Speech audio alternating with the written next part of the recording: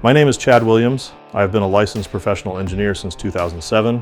Up until now, there has been no quality methods of conducting a repairability assessment on asphalt shingle roofs. This leads to subjectivity and potentially further harming the roof. By the end of this course, with the help of John Senac, you will learn the most reliable, bulletproof way to assess if a roof is repairable or not.